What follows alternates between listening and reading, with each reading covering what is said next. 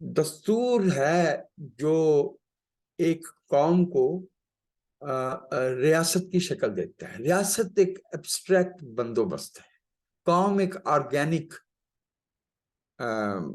Anti ہے, phenomenon ہے.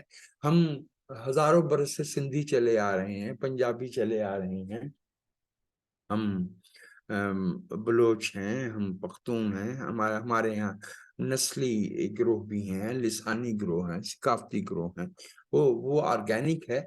میرا لاہور میں بیٹھے ہوئے امرتسر کے ایک سکھ بہن بھائی سے زبان مشترک ہے, موسم ایک جیسے ہیں, لباس ایک جیسے ہیں, کھانا کم و بیش ایک جیسا ہے, لیکن وہ تعلق نہیں ہے جو میرا سبی جو پنجگور باجوڑ میں بیٹھے ہوئے over there in the north شہری سے رشتہ ہے.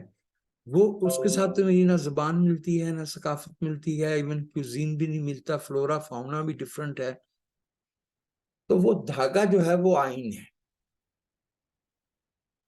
جو مجھے باجوڑ کے اور پنجگور کے شہری کے ساتھ تو جوڑتا ہے, لیکن چونکہ وہ ایک الگ نیشن سٹیٹ ہے, اس کا اپنا دستور ہے, تو انڈیا کے بندے سے مجھے اس سے نہیں جوڑتا.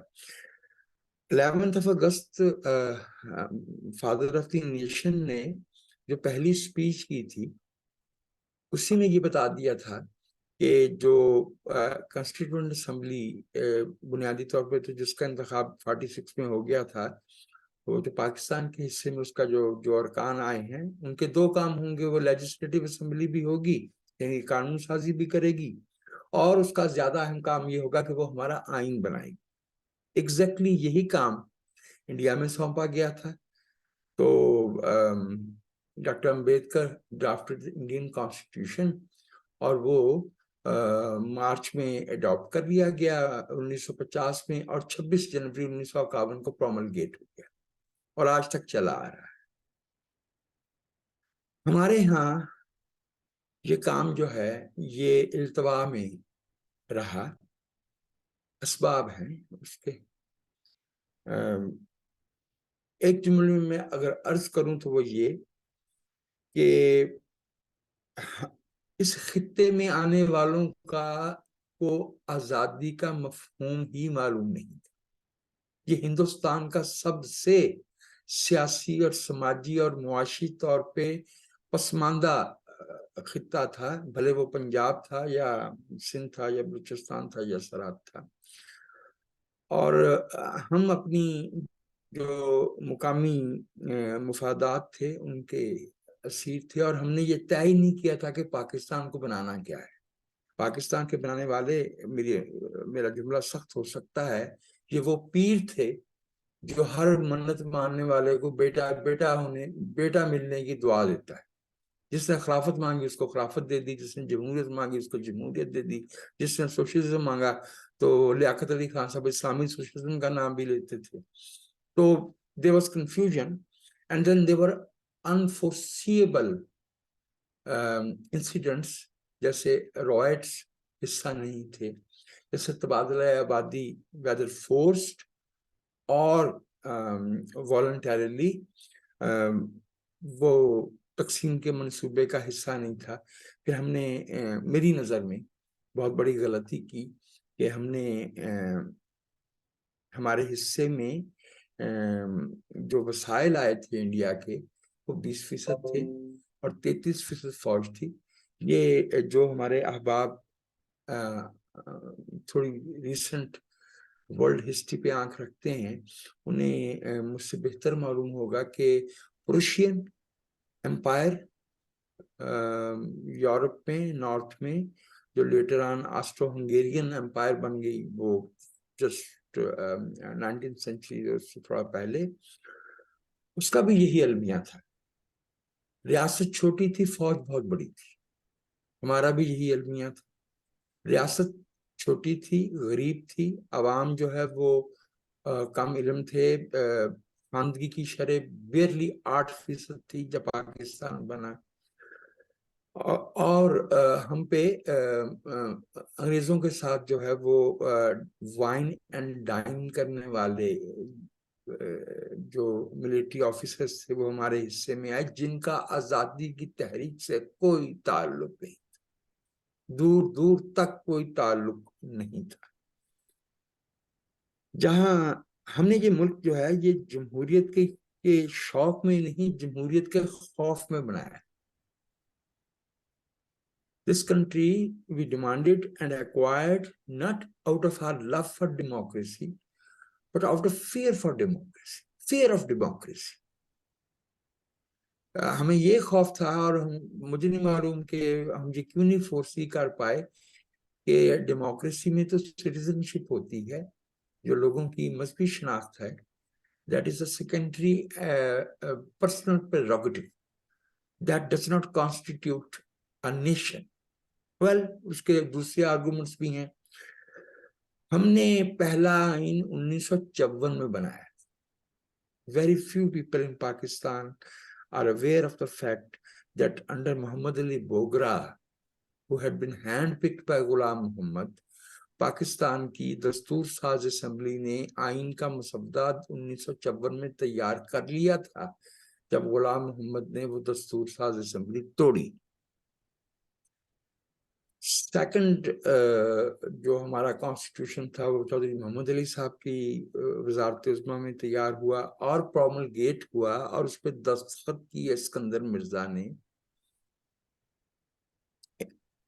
ان اے نٹ شیل، لیاقت علی خان کی موت سے، جو کہ اکتوبر 51 میں ہوئی، اکتوبر 58 تک کے 7 برس ہمارے ملک پہ 2 لوگ حکومت کر رہے تھے، اسکندر مرزا اور ایوب. باقی سب جو تھے وہ مہرے تھے جن کو آگے پیچھے کیا جا رہا تھا. ویدر اٹ واز سہروردی، چندری گڑھ، فیروز خانوم، چودھری محمد علی، وہ سب اسی طرح سے لائے اور بھیجے جا رہے تھے جیسے ہم بعد میں بھی دیکھتے رہے. اسکندر مرزا نے جس دستور پہ دستخط کر کے 23 مارچ 1956 کو پروملگیٹ کیا، اسے خود نہ اس پہ یقین تھا اور نہ وہ اس پہ عمل چاہتا تھا، نہ وہ اس کے تحت انتخابات چاہتا تھا، کیونکہ ویسے بھی اس کی کوئی جمہوری تربیت نہیں تھی. وہ سیاستدان تو نہیں تھا، وہ فوجی ہوتا تھا، پھر فوج سے وہ تبادلہ کروا کے ایگزیکٹو میں آ گیا تھا. He was a bureaucrat, he was a technocrat. اس کی کیا حیثیت تھی سیاسی، وہ عوام کے کس خطے میں طبقے میں جو مقبول تھا، ایسی کوئی بات نہیں تھی، سوائے ان لوگوں کے جو اس زمانے میں متروکہ املاک تھی ان پہ قبضہ کرتے تھے. اب بیواؤں کی زمینوں پہ قبضہ کر لیتے ہیں. قبضہ گروپ ہمارے ملک میں، ہمارا ملک جو ہے اس کی سیاست جو ہے وہ ہم نے پراپرٹی ڈیلروں، مقامی جرائم پیشہ گروہوں اور قبضہ گروپوں کے ہاتھ رہن رکھ دی. وہ اس کو پیس آف ٹریش کہتا تھا اسکندر مرزا، اس آئین کو جو اس کے دستخطوں سے پروملگیٹ ہوا تھا. 2 سال کے اندر توڑ دیا اور جیسے نجیب کو ناصر نکالتا ہے، جیسے بن بیلا کو بومدین نکالتا ہے، جیسے فیض علی چشتی کو ضیاء الحق نکالتا ہے، جیسے مظفر عثمانی اور محمود خان کو پرویز مشرف نکالتا ہے، ویسے ہی ایوب نے جو ہے وہ اسکندر مرزا کو نکال دیا. جب آئین نہ رہا تو صدر کا بوجھ لے کے کیوں چلا جائے، خود کیوں نہ حکومت کی جائے.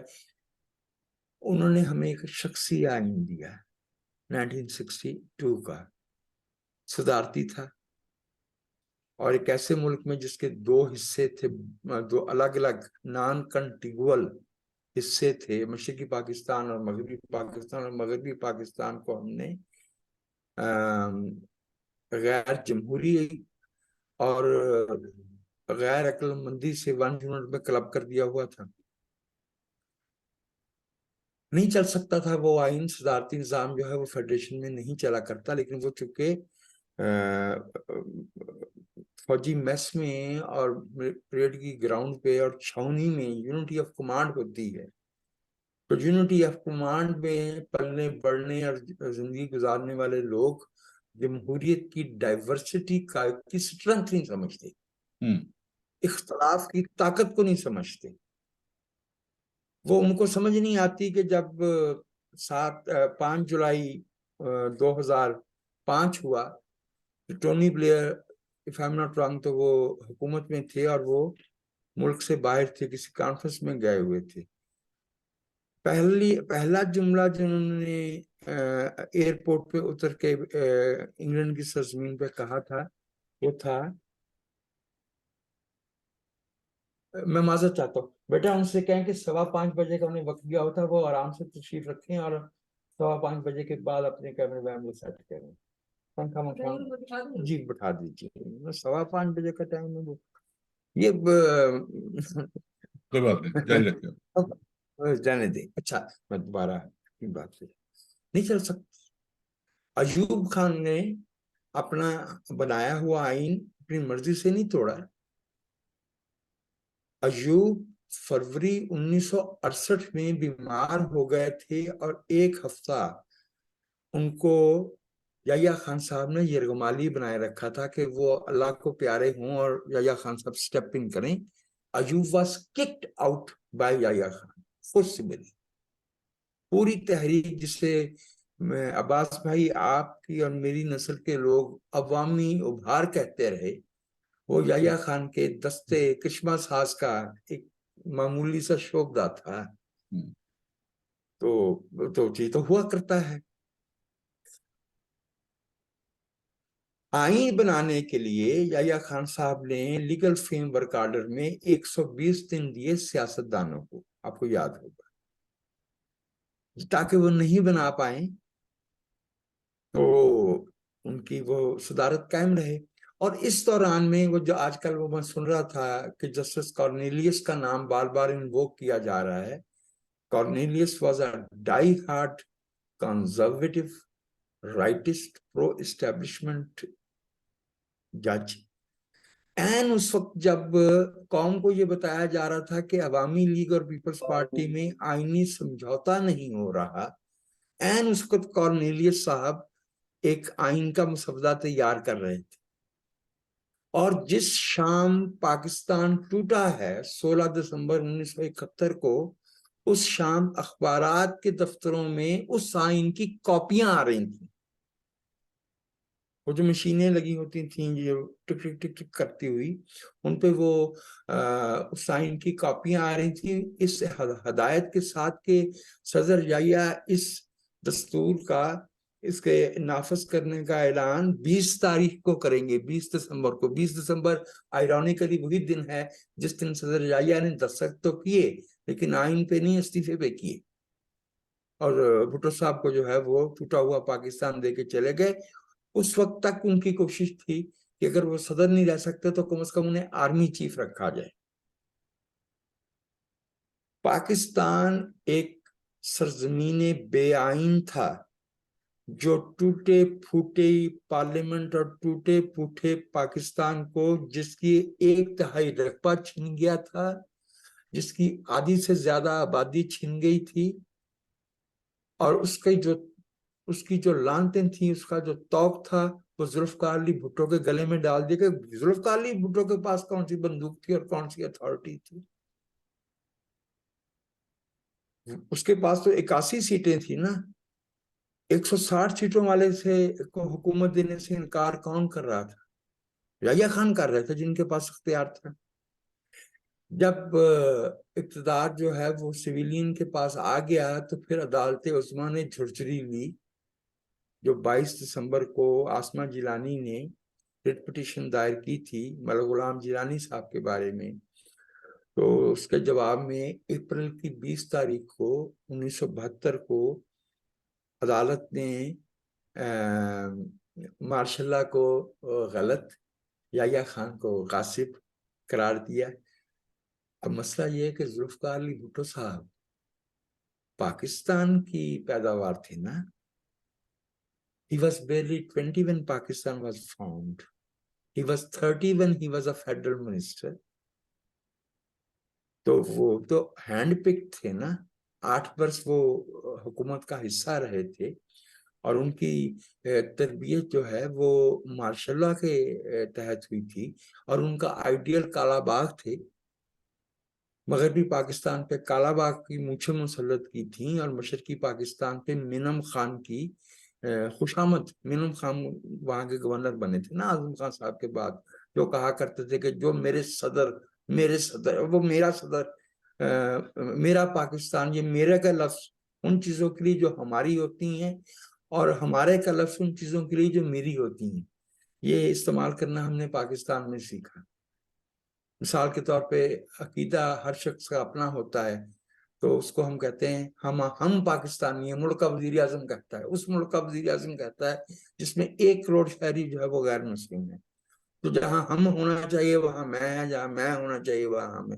مینم خان صاحب کہتے ہیں جو میرے صدر کو کچھ کہے گا وہ جیل سے باہر نہیں رہ سکے گا. بھٹو صاحب کا آئیڈیل بھی کالا باغ تھے, کھر صاحب کا آئیڈیل بھی کالا باغ تھے. تو بھٹو صاحب نے تنزیہ کہا تھا سپریم کورٹ کے چیف جسٹس حمود الرحمان کو کہ یہ جو تم نے ریٹروسپیکٹیو افیکٹ کے ساتھ چیزیں غیر قانونی قرار دینا شروع کی ہیں, یحییٰ خان کی حکومت کو غاصب اور غیر قانونی قرار دیا تھا نا, تو مجھے امید ہے کہ تم ان قریب برٹش رول کو بھی غیر قانونی قرار دو گے. بات تو معمولی ہے, لیکن یہ ذہن کے اندر جو لہریں اور دھارے چل رہے تھے یہ ان کی نشاندہی کرتا ہے. جس دن وہ فیصلہ آیا اسی دن بھٹو صاحب نے ماشاء اللہ اٹھا لیا 20 اپریل 72 کو اور ایک عبوری آئین نافذ کیا, اور پھر ایک کمیٹی بنائی گئی 25 ارکان پارلیمنٹ پہ, جس میں سے 19 پیپلز پارٹی کے تھے اور 6 اپوزیشن سے تھے. اس میں ایک پس منظر یہ ہے کہ یحییٰ خان سے زیادہ بنیاد پرست صدر ضیاء الحق بھی نہیں تھا.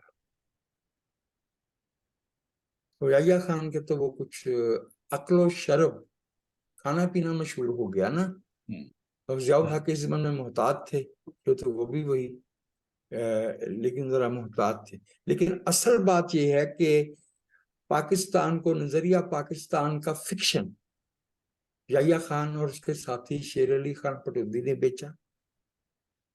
نظریہ اسلام ہمارا نظریہ ہے, یہ جھوٹ جو ہے یہ پٹودی اور یحییٰ خان نے اس ملک میں بویا, اور وہ چونکہ چاہتا تھا کہ یہ 2 جماعتیں عوامی لیگ اور پیپلز پارٹی جو بنیادی طور پر سیکولر پارٹیز تھیں, انہیں عوام کی تائید حاصل تھی, انہیں کمزور کرنے کے لیے کبھی وہ شوقت اسلام کے جلوس نکلواتا تھا, جماعت اسلامی کو پیسے دیے, قیوم لیگ کو پیسے دیے, نور الامین کو پیسے دیے. بشانی صاحب تو خیر تھے ہی اپنے زمانے کے منگتے.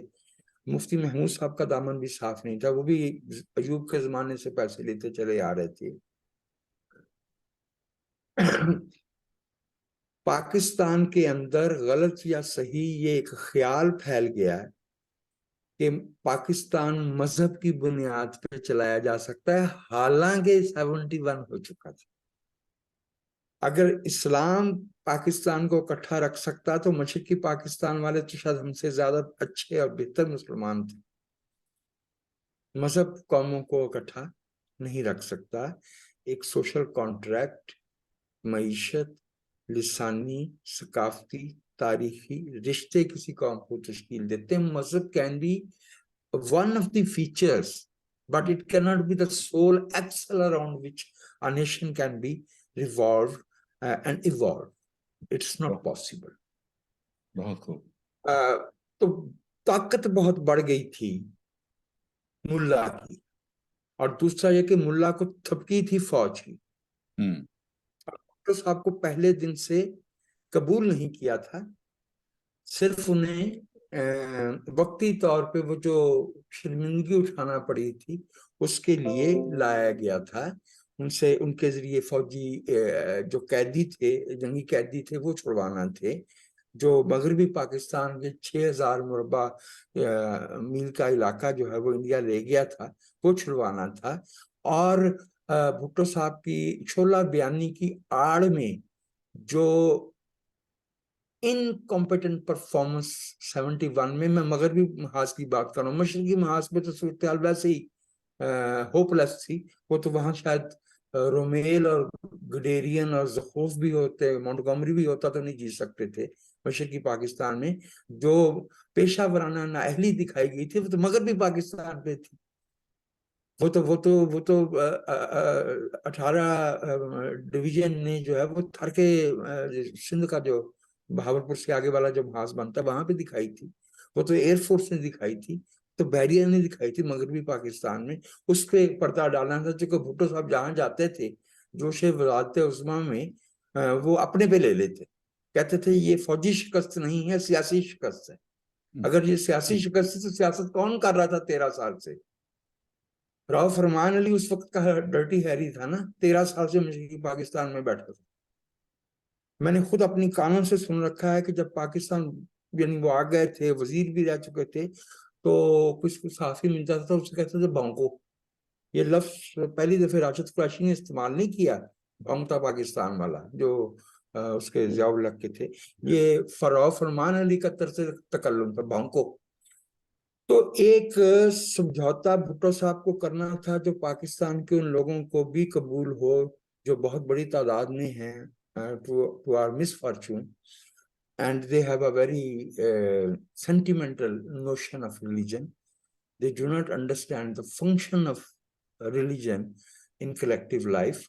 ان کا یہ خیال ہے کہ یہ کوئی سیاسی نظام ہوتا ہے, ان کا یہ خیال ہے کہ یہ کوئی معاشی نظام ہوتا ہے. یہ اس طرح کی باتیں ان کے ذہن میں ڈالیں گے. وہ اس کے لیے ایک لفظ استعمال کرتے ہیں, ضابطہ حیات. جمہوریت اور ضابطہ حیات دو الگ الگ چیزیں ہیں. ضابطہ حیات ٹوٹلیٹیرین اسٹیٹ میں ہوتا ہے, جمہوریت میں تو یک وقت دھارے ہوتے ہیں. یہ سمجھوتا تھا, یہ آئین, اور اس آئین میں پہلے میں اس کی کچھ ایک تو کمزوریاں بیان کر دوں, پھر اس کی خوبیوں پہ آتا. اس کی ایک بہت بڑی کمزوری یہ ہے کہ یہ ڈسکریمنیٹری ہے, کہ پاکستان کے شہریوں کے لیے ایکول سٹیزن شپ کا وعدہ نہیں کرتا. آرٹیکل 25 کہتا ہے there will be no discrimination. دوسری طرف اسی کتاب میں لکھا ہوا ہے کہ ملک کا صدر صرف مسلمان ہوگا. جب صرف مسلمان ہوگا تو پھر کون سے والا مسلمان ہوگا, اس پہ جھگڑا تو ہوگا. اور ہوا. معین قریشی سے لے کے قمر جاوید باجوہ تک کوئی ایک, پہلے صدر, پھر وزیر اعظم, پھر آرمی چیف تک بات آ گئی کہ الزام یہ لگے گا کہ یہ قادیانی ہے. جس ضیاء الحق پہ بھی یہ الزام لگا تھا قادیانی ہونے کا. سکر میں ایک مولوی صاحب نے لگایا تھا. اس آئین میں جسے اسلامی دفعات کہتے ہیں, یہ پھر بعد میں 85 میں جو ہے وہ بہت زیادہ ضیاء الحق نے بڑھا دیا. وہ جس طرح سے ڈالی گئی ہیں وہ ریکنسائل نہیں کرتی ایک پارلیمنٹری ڈیموکریسی کے ساتھ. لیکن اس دستور کی ایک اسٹرینتھ یہ ہے کہ وہ خاص طرح کے حالات میں بنا تھا اور 50 برس سے قائم ہے. 2 دفعہ معطل ہونے کے باوجود قائم ہے. 2 دفعہ اس آئین کی جگہ نیا آئین لایا گیا. 85 کی 8ویں amendment was not an amendment. 100 شکیں بدل کے پارلیمانی دستور کو صدارتی کیا تھا. یہی 2003 میں پرویز مشرف نے کیا تھا. یہ دستور جو ہے اس میں امینڈمنٹس ہو سکتی ہیں, time will come, people will understand, لیکن یہ وہ دھاگا ہے جس نے پاکستان کو جوڑ رکھا ہے. اگر یہ نہیں رہتا تو دوبارہ آئین پاکستان میں نہیں بن سکے گا. تو یہ جیسا بھی ہے, اس میں جو بھی خامیاں ہیں, اس کی جو بھی سٹرینتھس ہیں, اس کے ساتھ ہمیں سے قبول کرنا ہے. یہ ہمارا, میری نظر میں ہمارے 3 اثاثے بنتے ہیں کانسٹیٹیوشنلی. ایک 73 کا آئین ہے, ایک چارٹر آف ڈیموکریسی ہے 14 مئی 2006 کا, جس حالت میں بھی ہے, جس حالت میں آئین ہے اسی حالت میں چارٹر آف ڈیموکریسی ہے. اور تیسری چیز ہے 18ویں آئینی ترمیم, جو کسی کو اتنی ناپسند ہوئی کہ اس کے رد عمل میں ہم پہ جو ہے وہ 11 سال کے لیے پروجیکٹ عمران مسلط کیا گیا. اب اس کا ہم حال دیکھ رہے ہیں. وہ بنیادی تکلیف 18ویں آئینی ترمیم کی ہے، کیونکہ اب صوبوں کو جو اختیار، جن کا وعدہ ہم نے 73 میں کیا تھا، وہ جو ہم نے دے دیے ہیں، ہم واپس نہیں لے سکتے. 73 کا کانسٹیٹیوشن پاکستان کی سالمیت کی ضمانت دیتا ہے. اور مجھے ہنسی بھی آتی ہے اور رونا بھی آتا ہے ان لوگوں پہ جو کہتے ہیں کہ پاکستان کو فوج نے اکٹھا رکھا ہوا ہے. اگر پاکستان کو فوج اکٹھا رکھ سکتی تھی تو 71 میں رکھ کے دکھا. پاکستان کو پاکستان کے آئین نے اکٹھا رکھا. بہت خوب، بہت خوب. جہاں صاحب بہت شکریہ. آپ نے انتہائی تھوڑے وقت میں نہ صرف آئین کی جو خصوصیات ہیں ان کے اوپر آپ نے نظر ڈالی، بلکہ آپ نے آئینی جو تاریخ ہے ہماری اس کے اوپر بھی آپ نے خوب سیر حاصل بحث کی، گفتگو کی، اور ہمارے لیے بہت سے ایسے نکات چھوڑ دیے کہ جن کے اوپر مزید جو ہے وضاحت جو ہو سکتی ہے اور سوال بھی اٹھ سکتے ہیں. تو میرا خیال ہے کہ ہم بقیہ حصہ جو ہماری اس میٹنگ کا ہے وہ سوال و جواب کے لیے رکھتے ہیں. اور میں احباب سے درخواست کرتا ہوں کہ آپ باری باری اپنا سوال، کوئی وضاحت، کسی چیز کا اضافہ کرنا چاہیں اس گفتگو میں تو پلیز شروع کیجیے گا. سب سے پہلے کون؟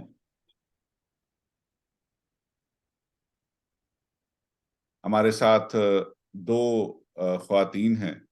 میرا خیال ہے کہ ہم ان کو یہ حق دیتے ہیں. جی مرزا، آپ ادھر ہی ہیں؟ سمیہ آپ بھی ادھر ہیں؟ تو اپنی بات رکھیے سوال کی صورت میں، کسی اضافے کی صورت میں، کسی وضاحت کی صورت میں. پلیز. میں تو ادھر ہی ہوں، لیکن میرے پاس کوئی سوال نہیں ہے اور نہ ہی کوئی وضاحت ہے اور نہ ہی کوئی وہ ہے. میں بس شکریہ ہے ان کا، وجاہت صاحب کا، کہ انہوں نے اپنا پرسپیکٹو جو ہے وہ ہمیں سمجھایا کہ جو ان کے مطابق جو کچھ ہوا پاسٹ میں وہ انہوں نے بتایا ہمیں. انٹرسٹنگ ہے بہت زیادہ. لیکن ایک بس بات میں چھوٹی سی تو کروں گی کہ میں اس چیز کو پرسنلی نہیں مانتی کہ مطلب یو کین سیپریٹ کسی بھی قوم کے ایتھوس میں سے اس کا کلچر، اس کی اسپریچول ویلیوز اگر ریفلیکٹ نہیں ہوتی تو وہ مطلب ایک میری اس طرح کی انڈرسٹینڈنگ ہے، شاید غلط ہی ہو، کیونکہ وجاہت صاحب کا وہ پورا جو پرفیکٹو تھا وہ فوج کے ریفرنس سے آئی تھنک سو وہ تھا کہ ہم نے جو انہیرٹ کیا وہ ویسٹ، وہی جو آرمی ہم نے انہیرٹ کی برطانیہ سے، تاج برطانیہ سے. جب ہم اور لڑکے تو ہمیں آزادی نہیں ملی وجاہت صاحب، تو ہمیں تو آزادی بس انہوں نے جانا تھا، انہوں نے کیا اے لو پڑھو، تسی لے لو، ٹھیک ہے. تو یہ ایسے ہی ہوا اگر آپ اگری کرتے ہیں. لیکن جب تک ہم اپنے پھر کوئی اس طرح کے اپنے ایتھوس میں اپنے اسی جڑا روٹس ہیں انہاں نوں ویکھ کے اپنے جو بھی ہماری ویلیوز ہیں میجورٹی کی، یعنی کہ میجورٹی آف انسانوں کی ادھر سندھو گھاٹی میں جو ہے ہمارا ایتھوس ہے، اس کو جب تک ریفلیکٹ نہیں کریں گے اپنی ول آف پیپل کو ریفلیکٹ نہیں ہوگی جب تک وہ ہمارے اداروں میں سے یا کانسٹیٹیوشن میں، یہ جھگڑا بنا رہے گا. کیونکہ جو میجورٹی ہے اس وقت ملک میں، اس کا نہ کوئی پارٹیسپیشن ہے، نہ کوئی سٹیک ہے، نہ کوئی اس کا آواز بھی نہیں ہے. سر if I'm right، ویسے ہی حکومتیں بنتی ٹوٹتی ہیں، وہ جس کو آپ کہتے ہیں نا محلاتی سازشیں ہوتی ہیں، تو وہی پھر پرچلت جو آئیڈیا ہوتا ہے. یہ بس میری ایک سوچ ہے کہ اس طرح سے آپ کیا سوچتے ہیں کہ مطلب آپ کچھ بتائیں کہ یہ کیسے بدلے گا، مطلب کیسے ہم اپنے لوگوں کی جو فیلنگز ہیں، ویلیوز ہیں، جو وہ چاہتے ہیں اس کو ریفلیکٹ کر سکتے ہیں اپنے انسٹیٹیوشنز کے تھرو. اور یہ آپ اس پہ بات پلیز اگر کر سکیں. دیکھیے، ایک تو یہ کہ کلچر اور جو عقائد ہیں، اسپرچویلٹی ہے، یہ دو الگ الگ چیزیں ہیں. کلچر جو ہے اس کے بہت سے فیچرز ہیں، ٹپوگرافی سے لے کے معیشت تک، تاریخ سے لے کے فلورا فاؤنا کوزین اور ہمارے تاریخی تجربات سب اس کا حصہ ہیں. اسی کا حصہ جو ہے وہ ایک ریلیجن بھی ہے. ریلیجن جو ہے وہ ممکن نہیں ہوتا. Religious homogeneity is not possible. Had it been possible تو ہزاروں برس پہلے ہمارے بزرگوں کی نسلوں نے یہ کر لیا ہوتا. ہمیں ڈائیورسٹی آف فیتھ کو تسلیم کرنا ہوتا ہے اور اسے یکساں احترام دینا ہوتا ہے وداؤٹ ججنگ اٹ. یہ تو ایک بات ہے. تو فوج کے بارے میں نے کہا تھا، سیدھی بات ہے، پاکستان پہ پاکستان کی فوج نے جو ہے وہ قبضہ کر رکھا ہے، اور محمد علی جناح کے زندگی میں کر لیا تھا جب ان کو ڈیفائی کیا تھا کشمیر پہ جنرل میسر بھی. تو پاکستان کی فوج جو ہے وہ، میں جب کہتا ہوں تو اس لیے کہ پتہ نہیں یہ لوگ کہتے ہیں مقبوضہ کشمیر، پتہ نہیں کون سا کشمیر مقبوضہ، لیکن as a Pakistani I know that Pakistan is مقبوضہ پاکستان. پاکستان پہ پاکستان کی فوج نے قبضہ کیا ہوا. تو جو میرا پرسپیکٹو میں آپ کو آرمی کا بارے میں بات اگر زیادہ نظر آئی تو یہ بالکل ایسے ہی ہے جیسے قابل احترام پنڈت نہرو جو ہے وہ 1935 میں 34 میں بات کرتے تو کیا ان کا سارا پرسپیکٹو جو ہے وہ کالونیل حکمرانوں کے گرد نہیں گھومتا؟ تو میں کیا کروں جب میں یہ دیکھتا ہوں کہ پچھلے 75 برس میں پاکستان کی فوج جو ہے وہ ہماری دی ہوئی بندوقوں کے بل پہ ہمارے فیصلے بھی کرتی ہے، ہمارے وسائل پہ بھی قبضہ کیا ہوا ہے، اور ہماری معیشت کی بربادی بھی انہی کی وجہ سے ہے. اور دنیا میں جو ہم پرایا ہو گئے ہیں، دنیا میں جو ہم شودروں کی طرح ٹریٹ کیے جاتے ہیں اور ہمارا حصہ نہیں ہے آج کی معیشت میں، آج کے علم میں، یہ میں ان کو اسکرائب کرتا ہوں. باقی جو آپ نے روس کی بات کی اس کے بارے میں ایک جملہ، ہم اپنے ماضی کو زندہ رکھ سکتے ہیں اس کا احترام کر کے اور اسے سمجھ کے. ہمارا ماضی ہمیں آج زندہ نہیں رکھ سکتا. کلچر کو جو ہے وہ مسلسل پرین کرنا ہوتا ہے جیسے درختوں کی شاخیں کاٹی جاتی ہیں. کلچر کا لفظ ہی کلٹیویٹ سے ہے. We have to select what is relevant and what is redundant today. تو کلچر میں تو جو ہے وہ ہماری بہت سی جو ہے ایسی کسٹمری پریکٹسز اور بہت کچھ بھی آ جائے گا اس میں. تو پھر ہم جینڈر ایکوالٹی کی بات نہیں کر، کہاں ہوتی تھی یہاں جینڈر ایکوالٹی؟ کہاں ہوتا تھا یہاں چودھری کے سامنے مزارے کے جو ہے نا وہ برابری تھی؟ پختونخوا سے لے کے بلوچستان تک چلے جائیں، پنجاب سے سندھ تک چلے جائیں. میرے مرحوم استاد فرمایا کرتے تھے، وہ تو اردو سپیکنگ تھے، کہتے تھے ابھی کیا ہے تمہارا کلچر؟ اونچ نیچ، وائلنس اور طاقتور کی زوراوری. سچ پوچھے تو رہا تو یہی ہے، چھوٹی موٹی جو ہوا کے جھونکے ملتے ہیں وہ تو چونگے میں ہمیں مل گئے ہیں، روپک میں ہمارے حصے میں آئے ہیں، وہ بھی باقیوں کی محنت سے مشقت سے. یہ جو ہماری آج کی زندگی میں اگر کچھ بہتری آئی ہے تو اس میں ہمارا حصہ کدھر ہے؟ جی سمیہ خان، اگر آپ اپنی بات سامنے رکھنا چاہیں سوال کی صورت میں، کسی اضافے کی صورت میں، کسی تنقید کی صورت میں، تو مائک آپ کے حوالے. سمیہ خان اگر آپ ادھر ہیں تو. عباس بھائی سے پہلے کہ سمیہ بات کریں، وہ نیچے وہ چکے وہ آ گئے نا کیمرے والے، میں جاؤں گا تو چونکہ ان کا لائیو ہے نا مجھے موقع نہیں ملے گا. اگر آپ اجازت سے، چونکہ یہ تو پبلک نہیں ہے، ہمارا چھوٹا سا گروپ ہے، اگر میں سگریٹ پی لوں تو ورنہ میں وہاں ڈوز آف کر جاؤں گا. نہیں کریں، پیئیں، لمبے لمبے کش لے. آپ تک دھواں نہیں پہنچے گا، آپ بات جاری رکھیں. لمبے لمبے کش لے. جی سمیہ ادھر ہی ہیں آپ؟ سمیہ خان شاید وہ میرے خیال میں غلام رسول بھائی کچھ ہاتھ ہلا رہے تھے. انہوں نے سوال لکھے ہوئے ہیں، غلام رسول صاحب نے سوال آج لکھے ہوئے ہیں، میں دیکھ رہا تھا. جی غلام رسول صاحب فرام لنڈن. جی میں وجاد صاحب، میں ایک تو یہ آئین کے حوالے سے، یعنی کہ آئین انتخابی عمل میں روپے کا کیا کردار متعین کرتا ہے، یعنی کہ میں جیسے سمجھ پایا ہوں کہ کرپشن کا جو پودا ہے جو ہے نا وہ یہیں سے اسی بنیاد پہ جو ہے نا پروان چڑھتا ہے. کس بنیاد پہ بھیا؟ میں یہ جاننا چاہ رہا تھا کہ آئین جو ہے، آئین پاکستان، وہ انتخابی عمل میں روپے کا کیا کردار متعین کرتا ہے؟ ہاں، یہ آج کے خاص طور پہ جو پوسٹ کولڈ وار ڈیموکریسی کا کرائسس آیا ہے. یہ ایک گلوبل چیلنج بن گیا ہے کہ جی. کیسے جو بگ منی ہے وہ ڈیموکریٹک پروسیس کو مینیپولیٹ کر رہی ہے. جی اچھا وہ پاکستان میں بھی کر رہی ہے, انڈیا میں بھی کر رہی ہے, اور دنیا کے بہت سے ملکوں میں ہم دیکھ رہے ہیں. یس جی آئی بی یہ ہماری نسل کا فنڈامنٹل کوشچن ہے کہ لوگوں کی جمہوری رائے پہ جو اثر انداز ہونے کی صلاحیت پیسے کیپٹل کے پاس ہے, جی جی اس کو کیسے ریکنسائل کیا جائے جمہوری آزادیوں کو معاشی ٹرانسپیرنسی کے ساتھ. تو جی یہ بالکل یہ بہت بڑا سوال ہے. کہیں نہ کہیں ہمیں جو ہے وہ کچھ حدود پبلک اس کی اسٹیٹ کی انٹرونشن کی وہ طے کرنا پڑیں گی. میں آپ سے یہاں پہ اگری کرتا ہوں, لیکن میں آپ سے پاکستان کا جو خاص پرسپیکٹیو ہے اس میں میں یہ عرض کیے دوں کہ آپ کو یاد ہوگا ایک بڑی کلاسک بک ہو گئی ہے اب تو, وہ کیونکہ اتنی پرانی ہو گئی ہے 50-60 برس پرانی, مین آن دا ہارس بیک. تو اس میں فوج اس کو اب یاد ہے آپ کو, اس وقت افریقہ میں ہر تیسرے دن ایک انقلاب آیا ہوتا تھا. انقلاب امریکہ میں بھی چل رہا تھا, ایشیا میں بھی چل رہا تھا. تو اس میں جو گھڑے گھڑائے بہانے تھے ان میں سے ایک جو ہے وہ کرپشن کا تھا, ایک سیاستدانوں کی نااہلی کا تھا.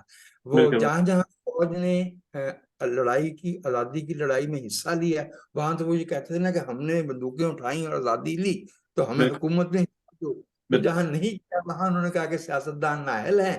اور جہاں تک کرپشن کا تعلق ہے, کسی ملک کے عوام کو ان کے فیصلہ سازی میں شرکت سے روکنا, جو سادہ لفظوں میں پارٹیسپیشن, پولیٹیکل پارٹیسپیشن سے محروم کرنا, اس یہ سب سے بڑی کرپشن ہے.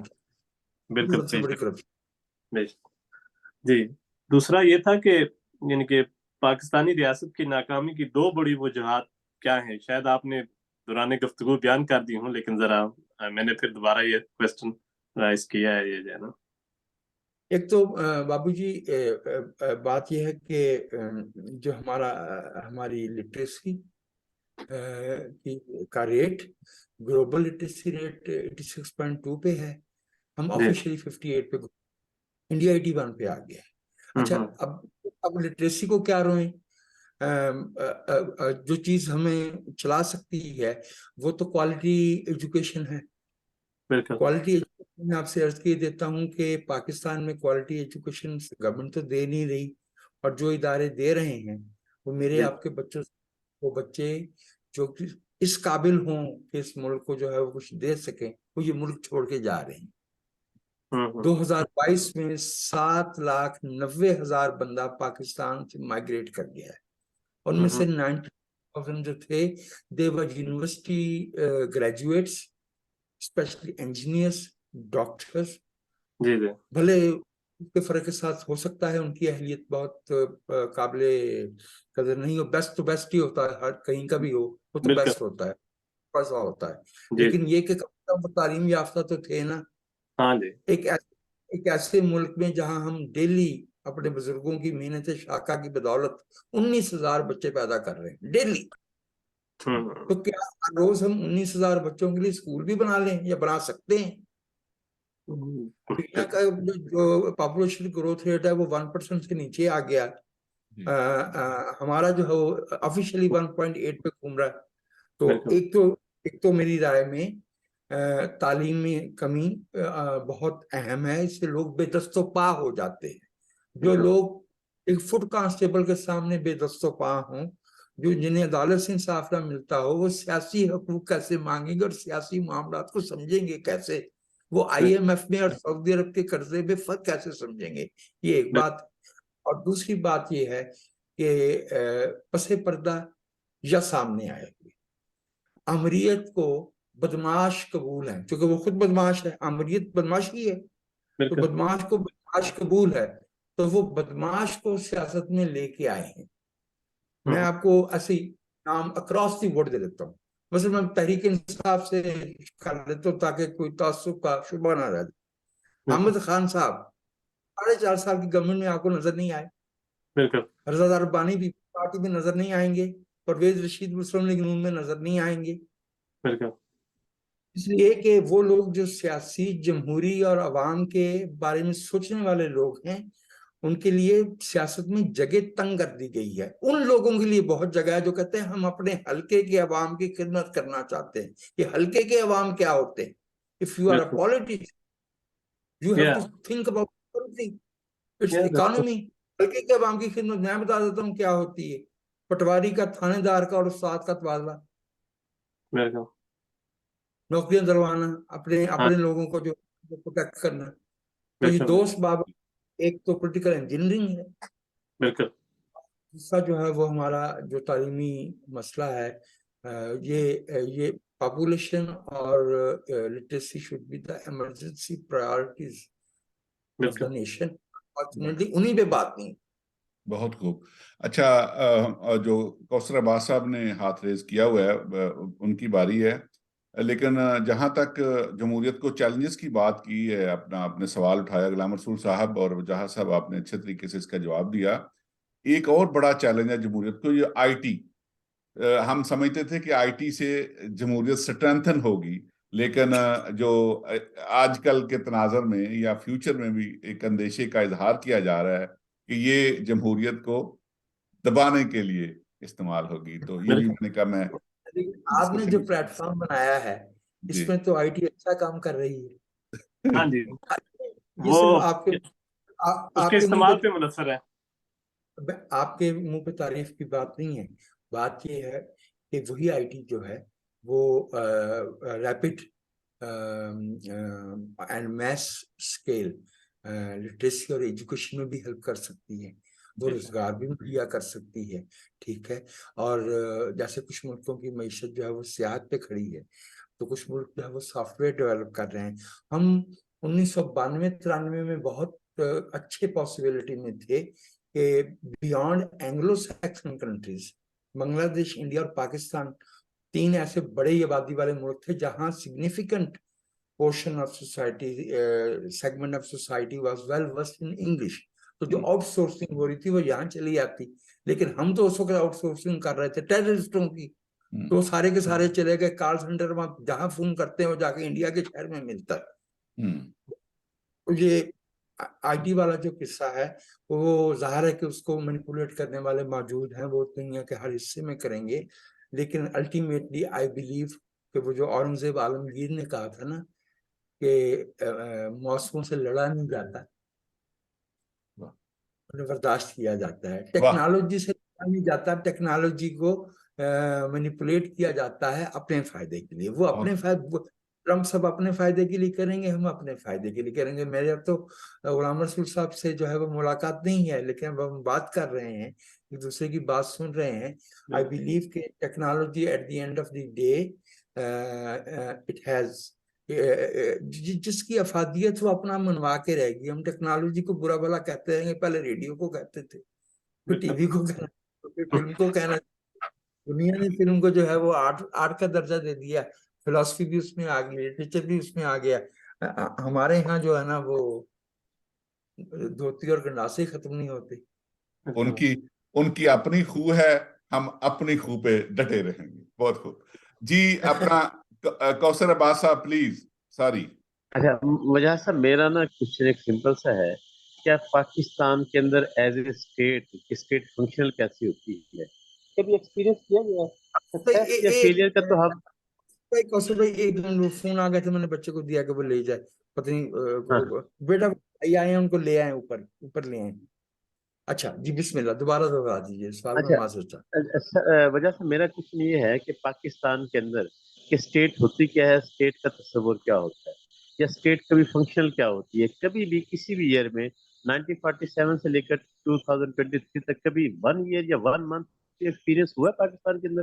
سکسیس اینڈ فیلئر کی بات تو ہم تب کریں نا کہ یہ ایز اے اسٹیٹ کبھی فنکشنل ہوئی ہے. میں تو جب بھی ساری ہسٹری پڑھتا ہوں تو مجھے تو پتہ ہی نہیں لگتا کہ اسٹیٹ پاکستان کی فنکشنل کب ہوئی تھی. تو اس لیے مجھے تو سمجھ نہیں آتی کہ پاکستان کے اندر آپ فیلئر اور سکسیس کی بات کیسے کرتے ہیں؟ آپ کا سوال بہت قیمتی اور بہت فنڈامنٹل ہے. میں اس کا لمبا جواب نہیں دیتا تاکہ باقی میں آپ کو صرف ایک بات عرض کر دیتا ہوں کہ جس ملک کا